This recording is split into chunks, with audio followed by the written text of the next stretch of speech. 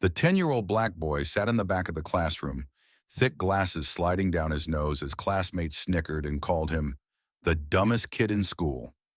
Every time he raised his hand to answer a question, the teacher would compare him to a broken clock, and bullies would corner him in the cafeteria for trying to act smart.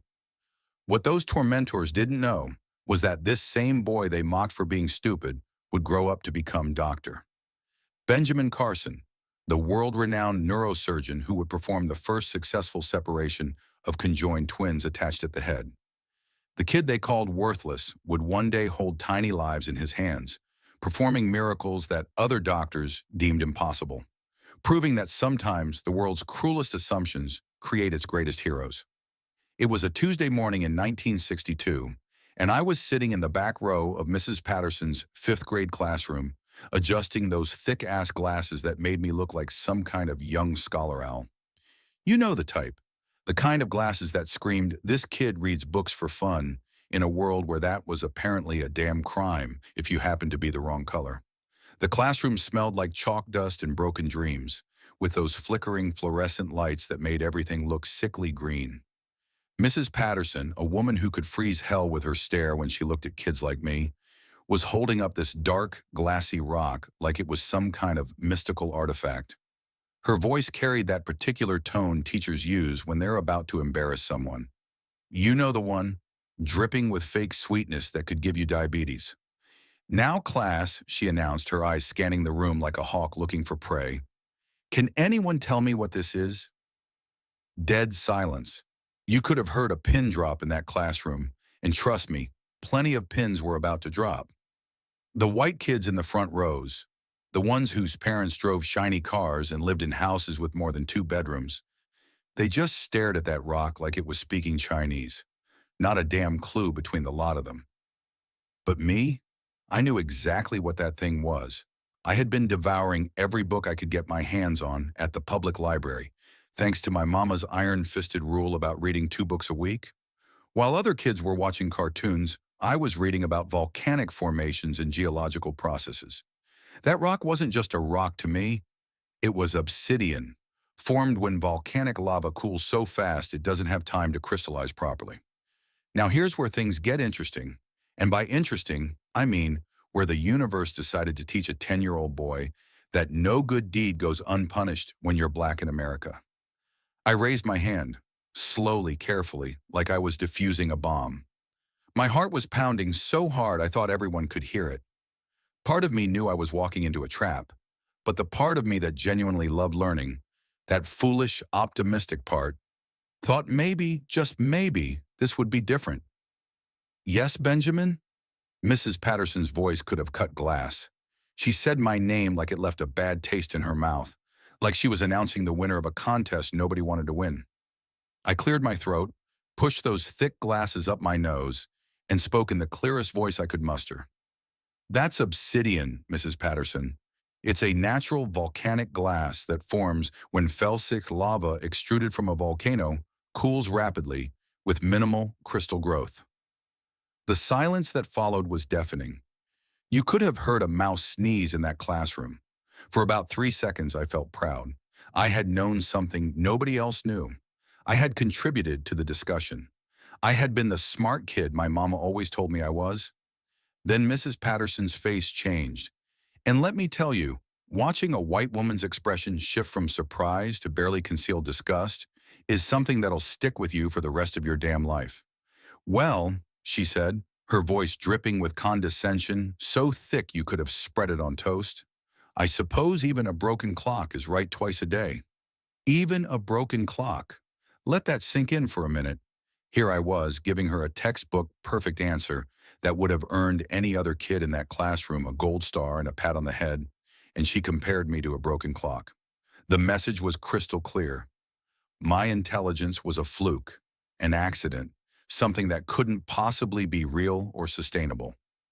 The classroom erupted, not in applause or congratulations, but in the kind of cruel laughter that kids specialize in when they smell blood in the water.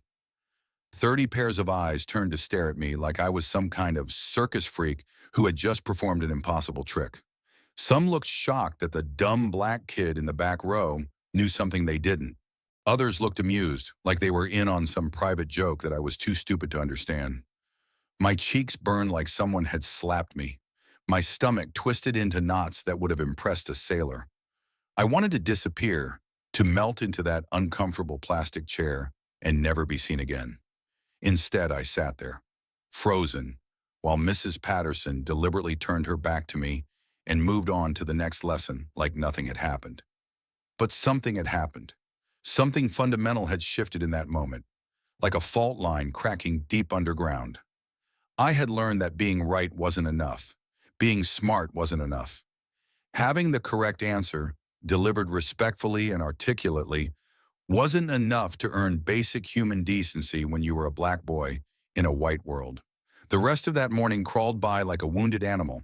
I couldn't concentrate on anything Mrs. Patterson was saying. Her voice sounded like it was coming from underwater, distorted and meaningless. All I could think about was that moment. The surprise in her eyes when I answered correctly, followed immediately by that look of pure disdain, like I had personally offended her by daring to be intelligent. When the lunch bell finally rang, I gathered my books with shaking hands and headed for the cafeteria, hoping against hope that maybe the whole thing would blow over. Maybe kids would forget about it by the time we got back to class. Maybe the world would return to its normal level of everyday unfairness instead of this concentrated dose of humiliation. But the universe wasn't done with me yet. Not by a long shot. I was sitting at my usual table, the one in the corner where the outcasts and misfits gathered, if they gathered at all, trying to choke down a peanut butter sandwich that tasted like cardboard, when I heard the footsteps approaching. Heavy, deliberate footsteps that spelled trouble in any language. Marcus Williams and his crew. 3 boys who had perfected the art of making other kids miserable, and who seemed to take particular pleasure in targeting anyone who dared to be different.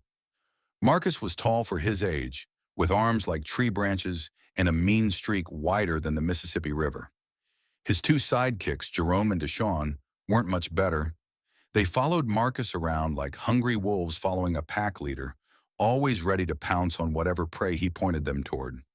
Well, well, well, Marcus said, his voice carrying that particular tone that meant someone was about to have a very bad day.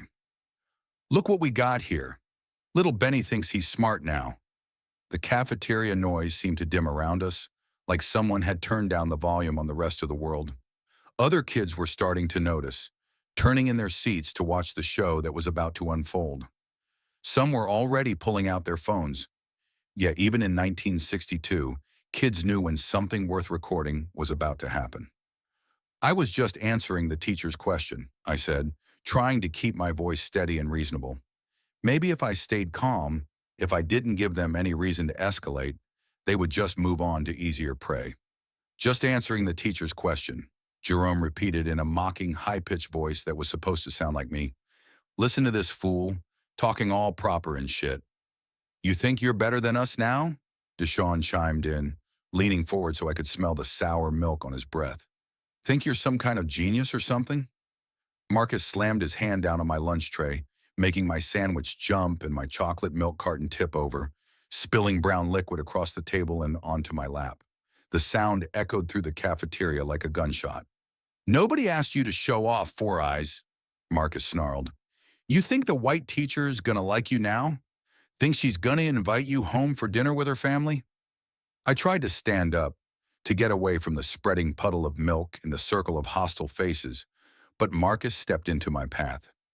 He was at least 6 inches taller than me, and probably 40 pounds heavier, all of it muscle and bad intentions. Where you going, Professor? He asked, his voice loud enough for half the cafeteria to hear. We ain't done talking to you yet. I don't want any trouble, I said, and even as the words left my mouth, I knew how pathetic they sounded. But what was the alternative? Fight back and get suspended? Make enemies of the only other black kids in my grade? There were no good options, only different varieties of humiliation. Too late for that, Marcus said, and then he shoved me. Hard. I stumbled backward, my books scattering across the floor like wounded birds. My glasses went flying, clattering against the leg of a nearby table before sliding across the linoleum. Without them, the world became a blur of shapes and colors, indistinct and threatening. The cafeteria erupted in noise, Kids shouting, chairs scraping, the sound of dozens of phones being pulled out to capture my humiliation for posterity. I dropped to my hands and knees, frantically searching for my glasses while trying to gather my scattered homework papers. The floor was cold and sticky with spilled food and years of accumulated grime. "Look at him crawling around like a dog," someone laughed. "Maybe now he'll remember his place." I found my glasses finally, one lens cracked and the frame bent, but still functional enough to restore some clarity to the world. As I put them on with shaking hands, I could see the circle of faces surrounding me, some laughing, some recording, some just watching, with that peculiar mixture of pity and relief that comes from seeing someone else get torn down instead of you. Marcus stood over me like a conquering hero, his chest puffed out with pride. "Maybe next time you'll think twice before trying to make the rest of us look stupid," he said, loud enough for everyone to hear. But here's the thing that really got to me, the detail that cut deeper than all the physical humiliation. As I gathered my soggy homework papers and my damaged books, I could see some of the white kids in the cafeteria nodding along with Marcus's words. They agreed with him. They thought I deserved this treatment for the crime of knowing the answer to a question they couldn't answer themselves. I made it through the rest of that lunch period by sheer force of will, sitting alone at my table with my ruined lunch and my broken glasses, trying to disappear into the background while the excitement of my public shaming slowly died down. But even after the cafeteria returned to its normal chaos of teenage conversation and cafeteria food complaints, I could feel the eyes on me, the whispers, the pointing. That afternoon, walking home through the familiar streets of our neighborhood, I felt like I was carrying the weight of the world on my 10-year-old shoulders. Every step felt heavy, like I was walking through thick mud instead of on solid pavement.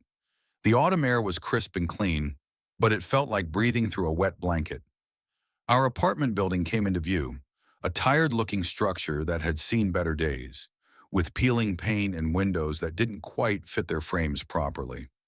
But it was home, and right then, home was the only place I wanted to be. I climbed the 3 flights of stairs to our door, each step echoing in the narrow stairwell like a drumbeat of defeat. My books felt heavier with each floor, and my cracked glasses kept sliding down my nose, reminding me with every adjustment of the day's humiliations. I opened the door to find my mom in the kitchen, still wearing her cleaning lady uniform from her morning job. Sonia Carson was a woman who could spot trouble from 3 blocks away, and she took one look at my face and knew immediately that something terrible had happened. "Benjamin," she said, setting down the dish towel she'd been holding and crossing the room in 3 quick steps. "What happened to you, baby?" And that's when it all came pouring out.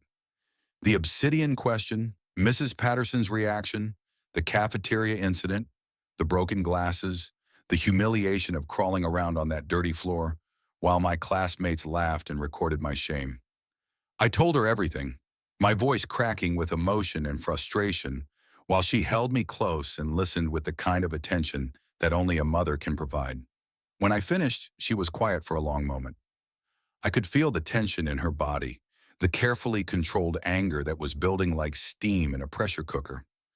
When she finally spoke, her voice was steady, but deadly serious. "Listen to me, Benjamin," she said, taking my face in her work-worn hands and looking directly into my eyes. "Knowledge is power, and nobody can take that away from you. But some people are going to try to make you feel ashamed of being smart, especially when you don't look like what they think smart is supposed to look like." "Maybe I should just stop trying so hard," I said, the words tumbling out before I could stop them. Maybe they're right. Maybe I should just accept that I'm not meant to stand out. The look that crossed my mama's face then was something I'll never forget. It was a mixture of fierce love and righteous anger that could have powered a small city. She gripped my shoulders a little tighter, and when she spoke, her voice carried the weight of generations of struggle and determination. "No," she said, and that single word contained more authority than any sermon I'd ever heard. "You are brilliant, and you have a purpose in this world. Don't you ever let anyone dim your light because they're uncomfortable with how bright it shines." That night, as I sat at our small kitchen table trying to focus on homework that seemed meaningless after the day's events, I couldn't shake the feeling that something fundamental had changed. The joy I had always found in learning, the pure pleasure of discovering new facts and understanding how the world worked, was now clouded with anxiety and fear. Every answer I knew felt like a potential target on my back. Every piece of knowledge I had accumulated felt like ammunition that could be used against me. For the first time in my young life, I understood that being smart while black wasn't just challenging, it was dangerous. But as I looked across the table at my mama, bent over her own evening tasks with the same determination she brought to everything in her life, I began to understand something else. This wasn't just about me. This was about every black child who had ever been told they weren't smart enough, every student who had been dismissed and underestimated, every brilliant mind that had been wasted because the world couldn't see past the color of their skin. The Obsidian incident, as I came to think of it, was my introduction to a harsh reality that would follow me for years to come. But it was also the moment I began to understand that knowledge really was power, and that some people would do anything to keep that power out of the wrong hands. What happened next would test everything my mama had taught me about perseverance and self-worth. But that's a story that'll make you understand just how deep this rabbit hole of injustice really goes. Trust me, you're not ready for what's coming next, but you need to hear it anyway. 3 months had crawled by since the Obsidian incident, and let me tell you something about how a 10-year-old boy learns to survive in a world that wants to crush his spirit. You become a master of invisibility. I had perfected the art of keeping my mouth shut during class discussions, even when I knew the answers better than the teacher did. My hand stayed glued to my desk like it was super glued there, no matter how badly my brain wanted to jump into the conversation. I learned to slouch just enough to blend into the background, to make my thick glasses reflect the light in a way that made it hard for teachers to make eye contact with me. I became a ghost in my own education, haunting the back rows of classrooms where smart black boys go to disappear. But the library, damn, the library was my sanctuary. That beautiful, quiet temple of knowledge where books didn't care what color you where facts were facts and intelligence was currency that nobody could devalue with a dirty look or a snide comment. I spent every lunch period there, diving into medical journals and science textbooks that were way above my grade level, feeding a hunger for knowledge that grew stronger every day, despite the world's best efforts to starve it. It was a Tuesday morning in February, one of those bitter cold Detroit mornings where the wind cuts through your coat like it's made of tissue paper, when fate decided to test just how much punishment one kid could take. I was walking to school early, my arms full of library books that I needed to return before the late fees kicked in. My mama worked 2 jobs to keep us afloat, and even a 50-cent late fee was money we couldn't spare. The sidewalks were treacherous with black ice that had formed overnight, turning the familiar route to school into an obstacle course that required careful navigation. That's when I saw her.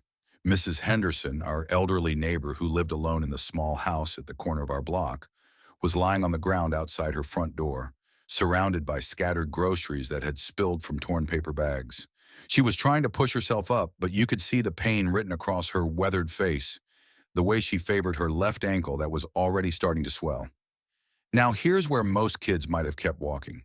Here's where a smart kid who had already learned that no good deed goes unpunished might have pretended not to see, might have crossed to the other side of the street and let someone else deal with the problem.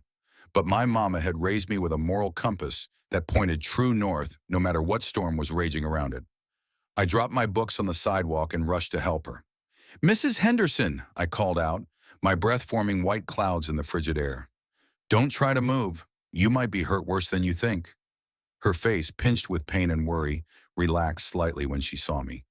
"Oh, Benjamin," she said, her voice shaky with relief and the kind of gratitude that makes your chest tight. "Thank the Lord you came along. I think I twisted my ankle something fierce trying to get these groceries inside before this weather gets worse." I knelt down beside her, careful not to slip on the ice myself, and gently took her arm. "Let me help you up, but real slow now. We need to see how bad that ankle is before you put any weight on it." Mrs. Henderson was a small woman, probably didn't weigh more than 110 pounds soaking wet, but helping someone who's injured is always tricky business. I supported her weight as best I could while she tested her injured ankle, wincing as she tried to put pressure on it. "I think I can make it inside if you help me," she said, her voice tight with pain, but determined not to be a burden. And Benjamin, honey, would you mind helping me gather up these groceries? I can't afford to lose what little food I managed to buy this week. So there I was, playing Good Samaritan on a frozen sidewalk, helping gather scattered cans of soup and boxes of crackers while supporting an injured elderly woman, feeling pretty good about myself for doing what any decent human being should do. The sun was just starting to peek through the gray clouds, and for a moment, everything felt right with the world. That's when I heard the car door slam. The sound cut through the morning air like a gunshot, sharp and final and full of bad intentions. I looked up to see a Detroit Police Department patrol car parked at the curb, and stepping out of it was Officer Thompson, a man I recognized from around the neighborhood, though I'd never had any direct dealings with him before that moment. Officer Thompson was exactly what Central Casting would order if they needed someone to play a racist cop in a movie. Tall, thick around the middle, with the kind of mustache that belonged in a 1970s action film and eyes that seemed to be perpetually squinting with suspicion. His uniform was crisp and pressed, his badge polished to a mirror shine, and his hand rested casually on his service weapon like he was expecting trouble. "Hold it right there, boy," he called out, his voice carrying the kind of authority that expected immediate compliance. "Step away from the lady." I felt my stomach drop to somewhere around my ankles. Here I was, literally in the middle of helping someone in need, and somehow this had become a police situation. The morning that had started with simple kindness was about to turn into something much darker. "Sir, I'm just helping her," I said, my voice cracking slightly with the strain of trying to sound respectful, while my heart hammered against my ribs. "She fell on the ice and hurt her ankle." "I said step away," Officer Thompson repeated, his hand moving to his radio. His eyes were doing that thing cops do when they've already decided you're guilty, and they're just looking for evidence to confirm their prejudice. "Ma'am, are you all right? Did this boy hurt you or threaten you in any way?" Mrs. Henderson looked absolutely shocked. Her mouth opened and closed a few times before she found her voice, and when she did, it carried the kind of moral outrage that would have made my mama proud. "What? No, officer. Benjamin here was helping me. I fell on this ice, and he stopped to help me up and gather my groceries. He's a good boy from the neighborhood, goes to church with his mother, helps me carry heavy things sometimes. He was being a perfect gentleman." But Officer Thompson wasn't listening. He had that look in his eyes that I would come to recognize over the years. The look of a man who had already written the story in his head and wasn't interested in facts that didn't fit his narrative. "Ma'am, I need you to be very clear about what happened here," he said, his voice taking on that condescending tone that law enforcement officers use when they think civilians are too stupid to know what's good for them. Sometimes these kids can be very convincing about their stories, very manipulative. "Are you sure he wasn't trying to rob you or take advantage of your situation?" The words hit me like physical blows. Here I was, still holding Mrs. Henderson's groceries, still supporting her weight so she wouldn't fall again, and this man was suggesting that I was some kind of predator who targeted elderly women. The injustice of it was so overwhelming that for a moment I couldn't even speak. "Officer Thompson," Mrs. Henderson said, her voice growing stronger with indignation, "you're making a terrible mistake. This young man stopped his own trip to school to help me when I was hurt and vulnerable. If anything, you should be thanking him, not treating him like a criminal." But the damage was already being done. A small crowd had started to gather, some early morning commuters, a few kids on their way to school, Mrs. Johnson from 2 houses down, who always seemed to know everyone's business before they knew it themselves. And every single one of them was watching this scene unfold with the kind of morbid fascination that people have for car accidents and public humiliations. "I'm going to need you to empty your pockets, son," Officer Thompson said, moving closer with that particular swagger that comes with a badge and a gun and the absolute certainty that you're in the right. "Nice and slow, and keep your hands where I can see them." My hands were shaking as I carefully set down Mrs. Henderson's groceries and began pulling items from my coat pockets. A few crumpled dollar bills that were supposed to buy my lunch. My library card, worn thin from constant use. A small composition notebook where I wrote down interesting facts and ideas from my reading. The usual debris that accumulates in the pockets of a 10-year-old boy trying to navigate a complicated world. Officer Thompson snatched the notebook from my hands and began flipping through it, his eyebrows rising as he scanned the pages filled with my careful handwriting. Notes about human anatomy, observations about different scientific principles, vocabulary words I had looked up and wanted to remember. "What's all this?" he demanded, holding up the notebook like it was evidence of some great crime. "Pretty advanced stuff for a kid your age. Where did you steal this from?" "I didn't steal anything," I said, my voice barely above a whisper. The crowd was growing larger, and I could see some of my classmates among the faces, their phones already out and recording this public humiliation for posterity. "Those are my notes, from books I read at the library." Officer Thompson let out a bark of laughter that had no humor in it whatsoever. "Right. And I suppose you understand all this medical terminology too? A kid like you, reading books about brain surgery and scientific principles?" The way he said, "a kid like you," made it crystal clear what he meant. Not a kid from this neighborhood. Not a kid with my skin color. Not a kid who was supposed to have access to knowledge and education and the audacity to use big words in small notebooks.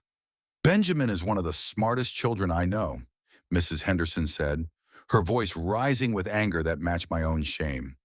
"He reads constantly, asks thoughtful questions, helps explain things to other kids in the neighborhood. Are you really going to stand there and accuse him of theft for being intelligent?" But Officer Thompson was on a roll now, powered by his own prejudices and the audience that had gathered to watch the show. He continued flipping through my notebook, reading passages aloud in a mocking tone that made my careful observations sound ridiculous and pretentious. "Listen to this," he announced to the crowd. "The human brain contains approximately 86 billion neurons, each capable of forming thousands of synaptic connections." He looked up from the notebook with a sneer. "You expect me to believe a 10-year-old wrote this?" The crowd was eating it up. Some were laughing outright. Others were shaking their heads in apparent amazement at my supposed deception. I could hear whispered comments about kids these days and probably copied it from somewhere and trying to act smarter than he really is. The worst part, the absolute worst part, was seeing some of my classmates in that crowd recording everything on their phones with the kind of gleeful malice that only children can perfect. I knew that by the time school started, videos of this incident would be circulating through the hallways faster than wildfire. I knew that this moment of public humiliation would follow me for months, maybe years. "Please," I said, my voice cracking with emotion and desperation. "I just wanted to help. Mrs. Henderson was hurt, and I couldn't just walk by and do nothing." Officer Thompson finally tossed my notebook back at me, and I barely managed to catch it before it hit the ground. The pages were bent and wrinkled from his rough handling, my careful notes now bearing the fingerprints of suspicion and disdain. "All right," he said finally, his voice carrying the tone of someone doing me an enormous favor. "I'll let this slide this time. But I'm watching you, kid. Don't think I won't remember your face." As he climbed back into his patrol car and drove away, I stood there on that frozen sidewalk, shaking with a mixture of cold and humiliation and rage that I had no safe way to express. Mrs. Henderson put a gentle hand on my shoulder, her touch warm despite the frigid air. "Benjamin, I'm so sorry," she said, her voice thick with emotion. "What just happened to you was completely wrong, completely unfair. You did nothing but help someone in need, and that man treated you like a criminal." The crowd was dispersing now that the show was over, but not before I caught sight of several classmates still filming, still laughing, still treating my humiliation like entertainment. I gathered my scattered belongings, my library books, my wrinkled notebook, my dignity that lay in pieces on the icy sidewalk, and tried to process what had just happened. I had helped an elderly woman who was hurt and vulnerable. I had done exactly what my mama had taught me to do, exactly what any decent human being should do in that situation. And for my trouble, I had been publicly accused of theft, treated like a predator, and humiliated in front of half my school. The walk to school that morning felt like a death march. Every step was heavy with the knowledge that by the time I reached my first class, everyone would know about the incident. The videos would be shared, the story would be exaggerated and twisted, and I would become not the boy who helped an elderly neighbor, but the boy who got stopped by the police. And that's exactly what happened. By lunchtime, the cafeteria was buzzing with whispered conversations and pointed stares. "There's the kid who got arrested," someone said as I walked past their table. "Heard he was trying to rob some old lady," another voice added. "Police had to come and everything." The truth didn't matter. The fact that Mrs. Henderson had defended me didn't matter. The reality that I had been helping someone in need was completely irrelevant to the narrative that was already spreading through the school like a virus. I sat alone at my usual table, trying to eat a sandwich that tasted like cardboard, while the weight of injustice pressed down on my shoulders like a physical force. Every glance in my direction felt like an accusation. Every whispered conversation seemed to be about me and my supposed crimes. But the real kicker came during my last class of the day. Mrs. Patterson, the same teacher who had compared me to a broken clock 3 months earlier, called me up to her desk after the final bell rang. "Benjamin," she said, her voice carrying that particular tone that adults use when they're about to deliver bad news. "I heard about your incident this morning." I stood there silently, not sure what she expected me to say. "I think it would be best if you stayed after school for the rest of this week," she continued. "We can't have students who attract police attention, disrupting the learning environment for other children." Attract police attention? Like it was something I had sought out, something I had brought upon myself through my own actions. Like helping an elderly woman was a crime that deserved punishment. "But Mrs. Patterson," I started to protest. "I was just helping." "That's enough," she cut me off with a wave of her hand. "The decision has been made. You'll report to the library after school for supervised study time until this matter blows over." That afternoon, as I sat in the library under the watchful eye of the librarian, I felt something inside me shift and harden. The boy who had walked to school that morning, full of hope and good intentions, was gone. In his place was someone older, more cautious, more aware of how the world really worked. I thought about Mrs. Henderson's words, about how wrong and unfair my treatment had been. I thought about Officer Thompson's sneering face and his assumption that a boy like me couldn't possibly be intelligent or well-read. I thought about my classmates' laughter and their eagerness to capture my humiliation for their entertainment. But mostly I thought about the cruel irony of it all. I had spent months learning to hide my intelligence, to keep my hand down, to blend into the background and avoid drawing attention to myself.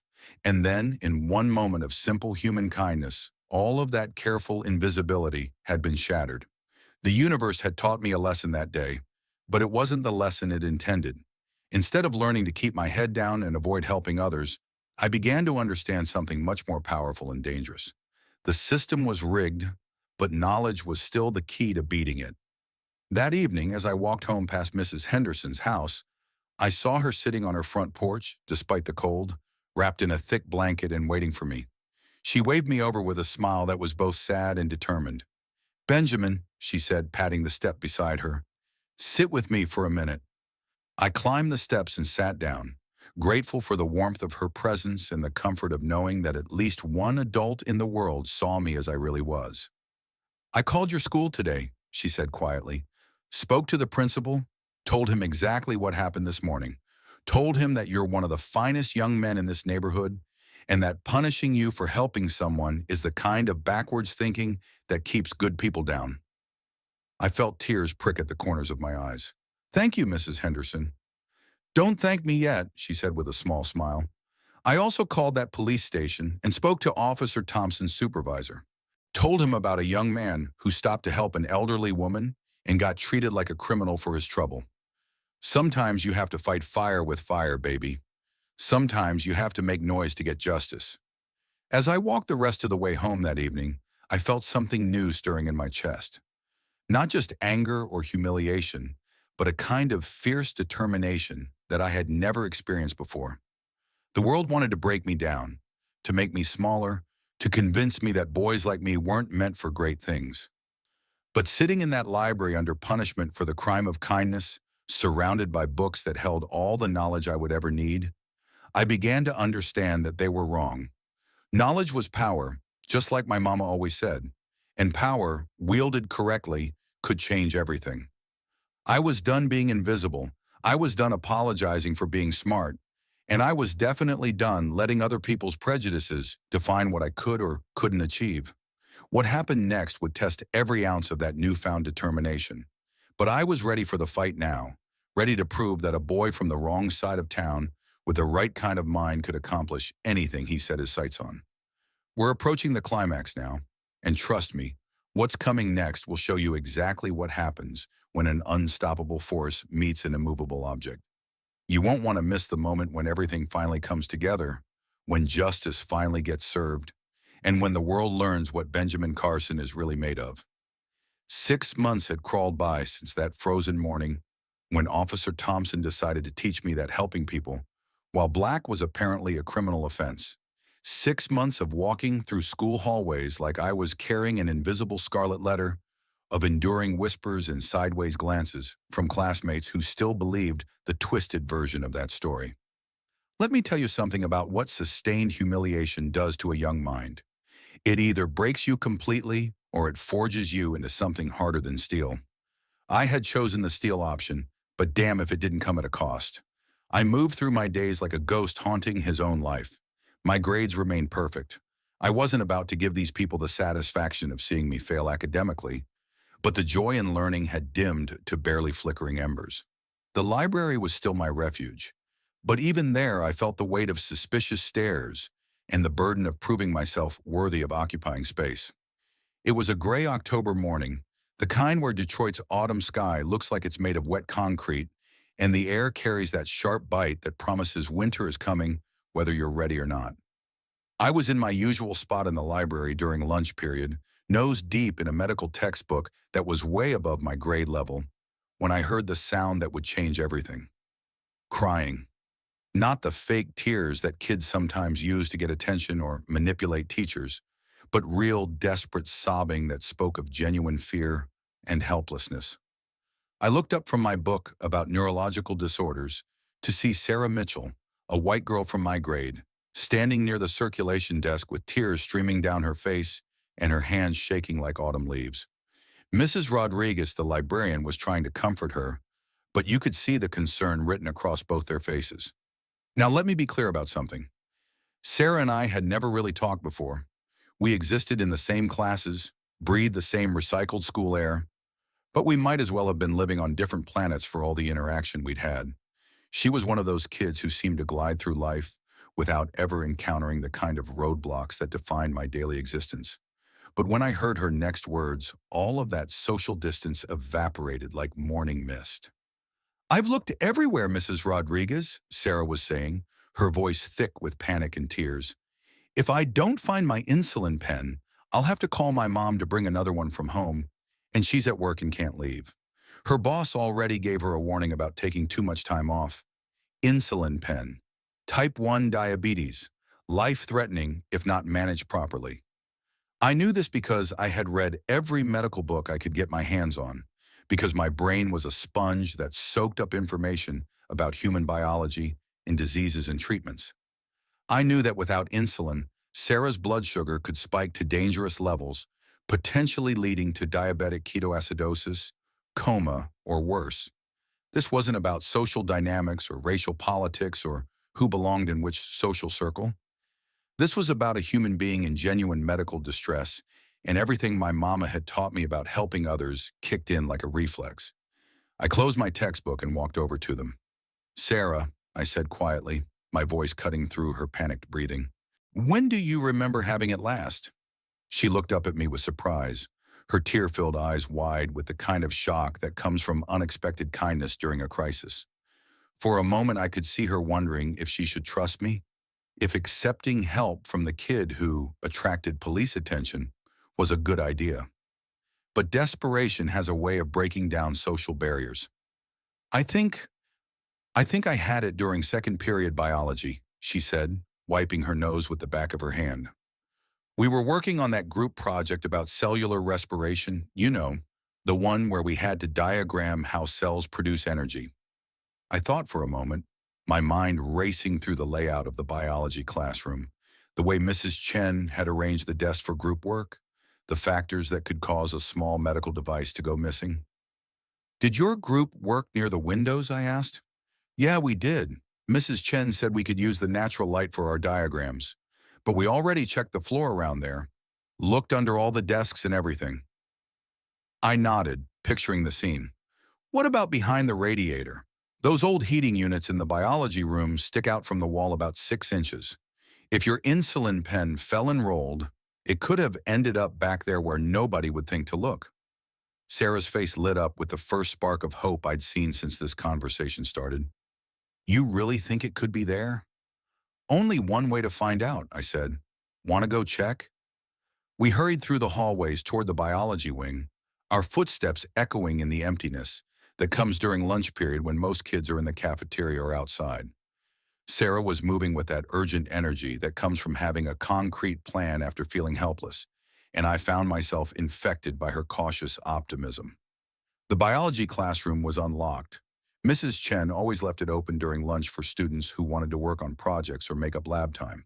The afternoon sun was streaming through those tall windows, casting long rectangles of light across the floor and highlighting dust motes that danced in the air like tiny spirits. I knelt down next to the old radiator unit, the metal warm against my cheek as I peered into the narrow space behind it.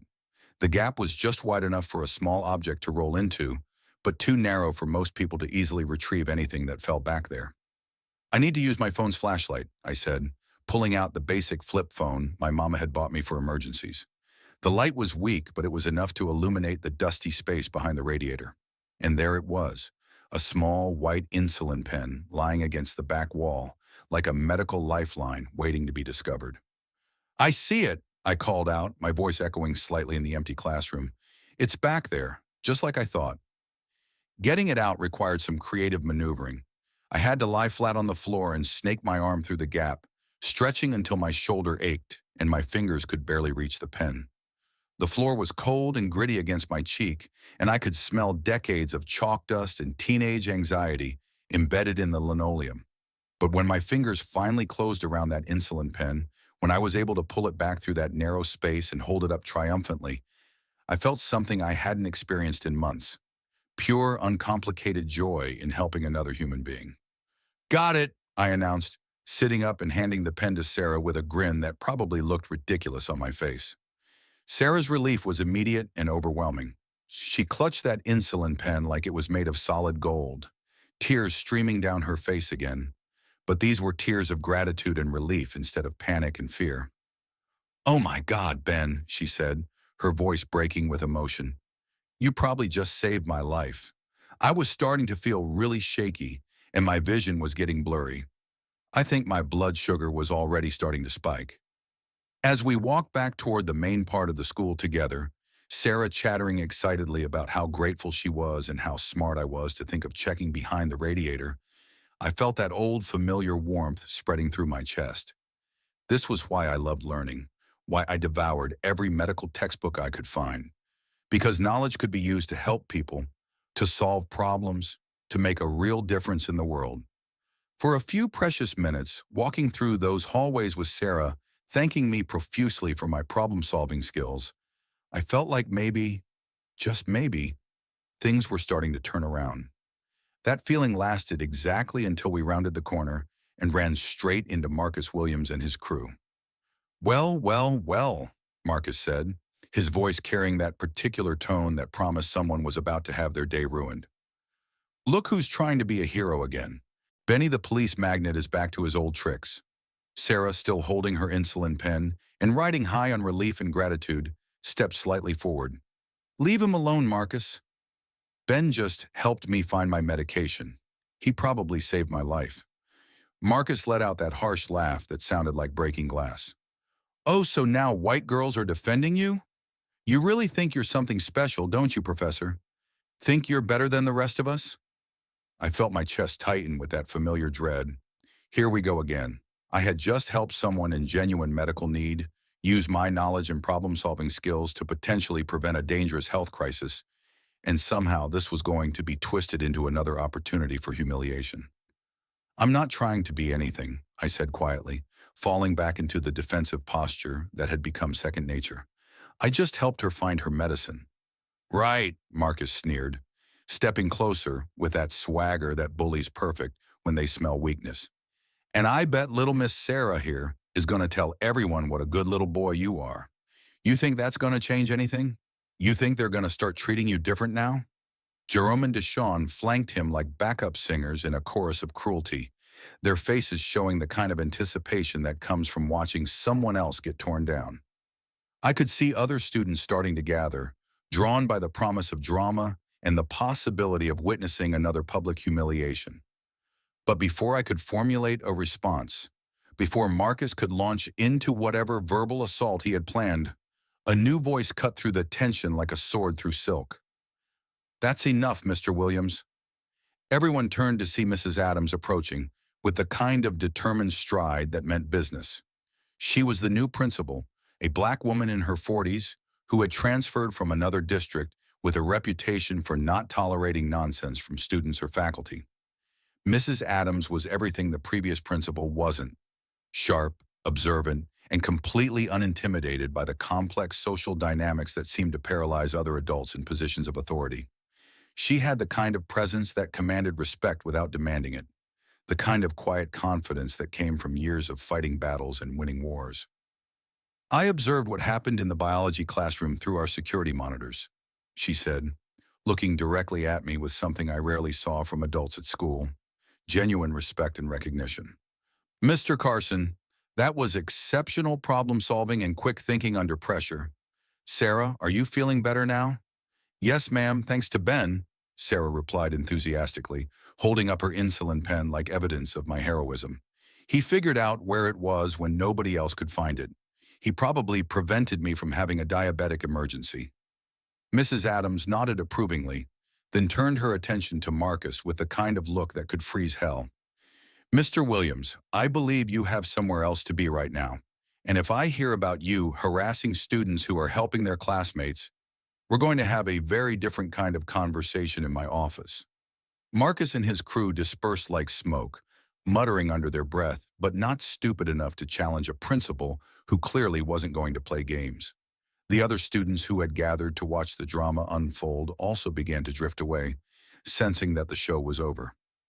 "Mr. Carson," Mrs. Adams said, turning back to me with a smile that transformed her entire face, "I'd like to speak with you in my office when you have a moment. Nothing disciplinary, quite the opposite, actually." An hour later, I found myself sitting across from Mrs. Adams in her office, a space that felt completely different from the sterile, intimidating environment I remembered from visits to the previous principal. Her desk was covered with student work and educational journals, and the walls were lined with motivational posters featuring successful African Americans in various fields. "Benjamin," she said, settling into her chair with a warm smile, "I've been reviewing your academic records since I started here last month. Your test scores are exceptional, particularly in science and mathematics. Your reading comprehension levels are off the charts." I shifted uncomfortably in my seat. Praise from adults in authority positions still felt like a trap, like something that could be snatched away at any moment. "Thank you, ma'am," I said quietly. "I also had a very interesting conversation with Mrs. Henderson about an incident that occurred several months ago involving you and Officer Thompson," she continued. "She called me personally to make sure I understood what really happened that morning when you helped her after her fall." My eyes widened in surprise. I had no idea that Mrs. Henderson had taken it upon herself to contact the school on my behalf. "What I want to know," Mrs. Adams continued, leaning forward with genuine curiosity, "is why a student with your capabilities isn't participating in our advanced science programs or academic competitions." I looked down at my hands, struggling to find the words to explain the complex web of social dynamics and survival instincts that had shaped my educational strategy. "I guess I don't really like standing out. It usually doesn't end well for me." Mrs. Adams was quiet for a long moment, and when I looked up, I saw something in her eyes that I had never seen from an adult at school before, understanding that came from personal experience. "Benjamin," she said softly, "I've been an educator for 20 years, and I've seen what happens when brilliant minds are forced to hide their light under a bushel. The world needs what you have to offer, not just for your own success, but for the benefit of everyone around you." She reached into her desk drawer and pulled out a colorful brochure, sliding it across the desk toward me. The cover featured pictures of students presenting complex scientific projects to panels of distinguished-looking judges. "There's a regional science competition coming up in 3 months," she explained. High school and middle school students from across the state compete with original research projects. I'd like you to consider representing our school.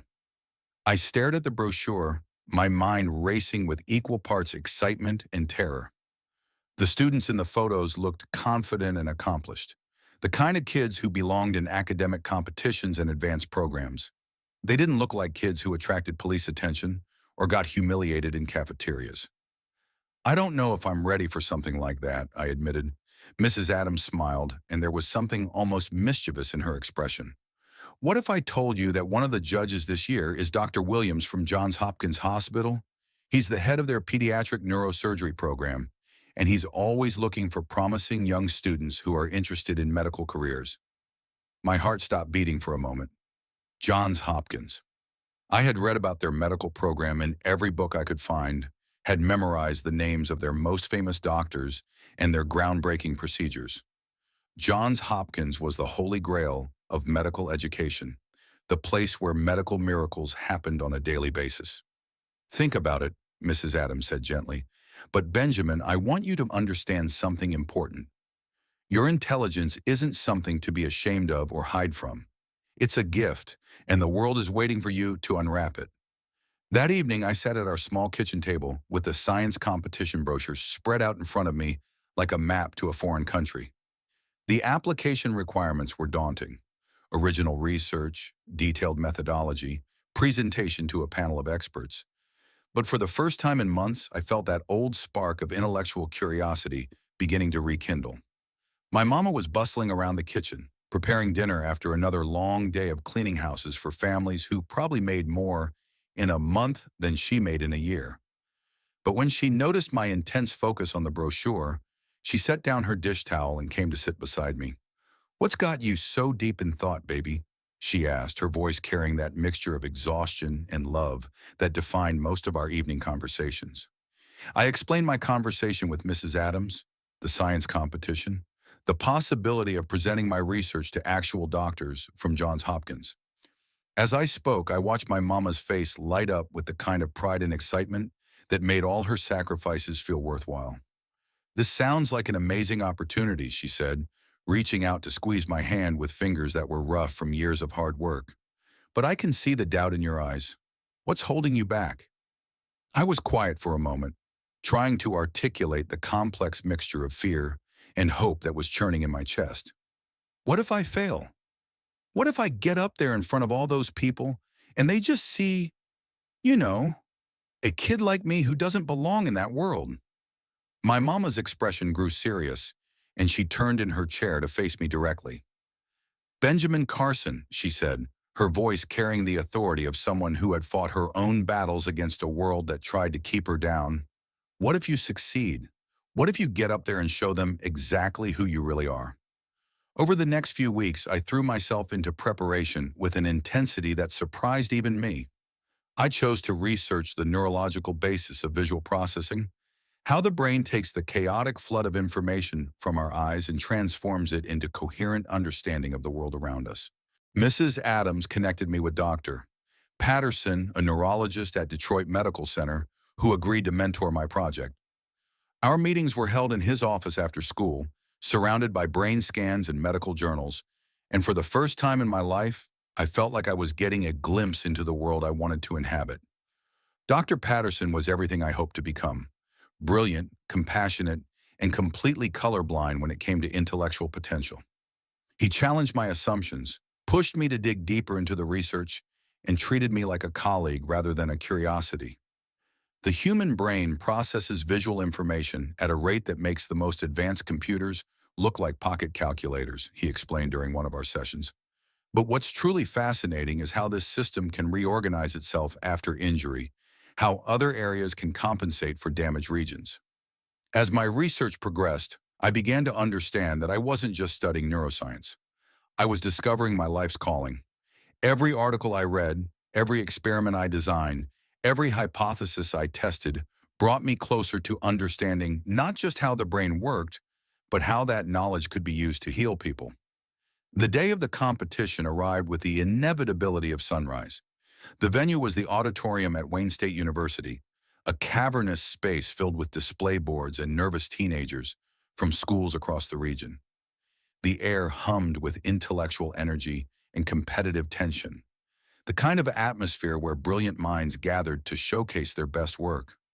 Standing backstage in my best clothes, a suit that my mama had bought for me despite the strain it put on our budget, I felt my old anxieties beginning to surface. The other competitors looked so confident, so polished, so much like they belonged in this rarefied academic atmosphere. But as I watched the first few presentations, something interesting happened. I realized that intelligence and curiosity weren't limited by skin color or zip code or family income. The nervous energy I was feeling wasn't unique to me. It was the universal experience of young minds pushing themselves to excel.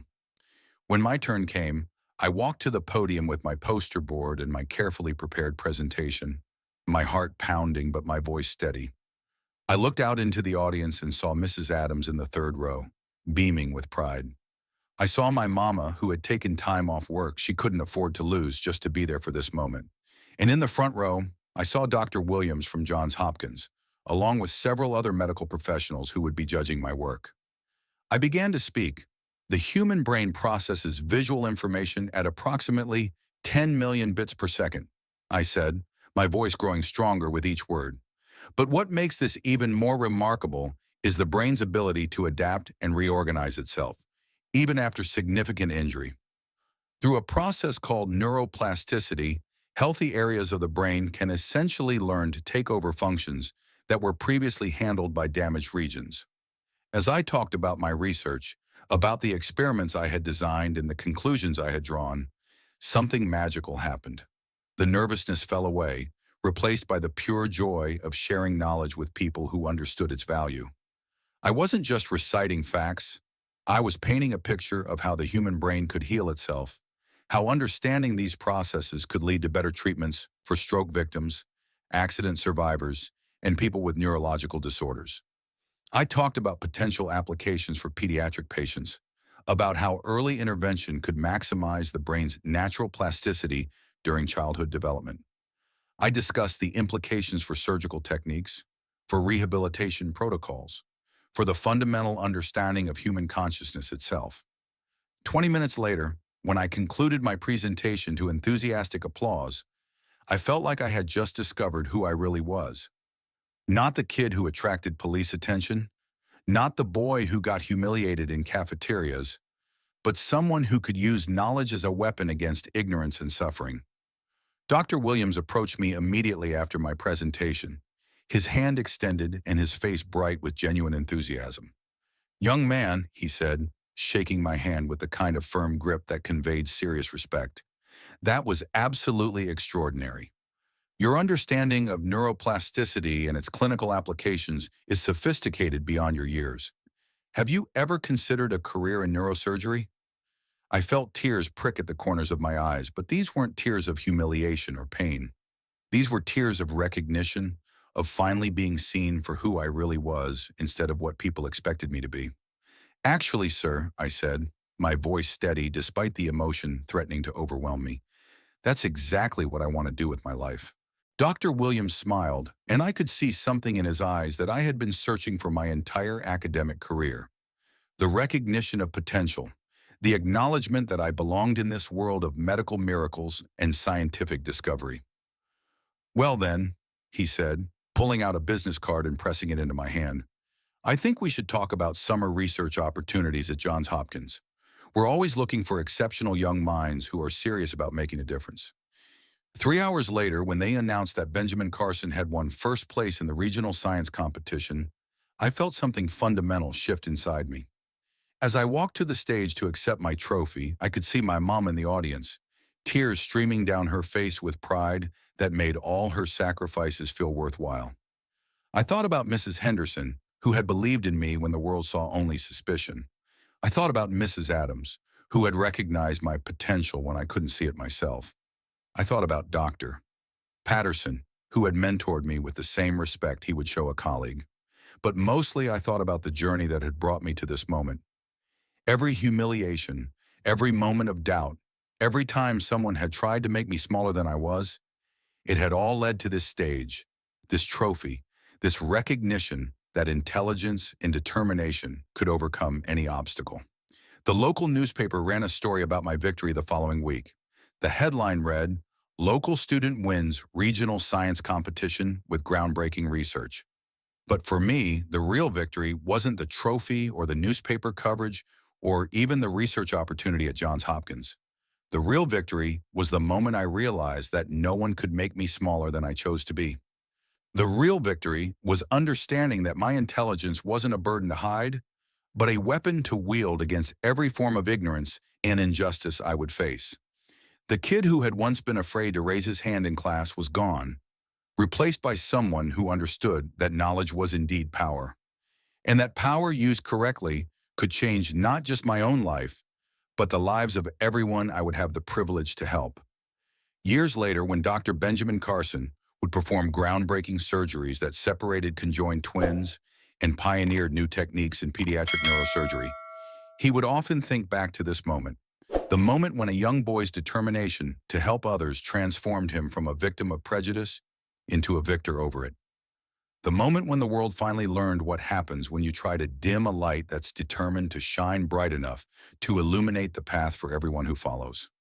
That broken clock Mrs. Patterson had compared me to, turns out it wasn't broken at all.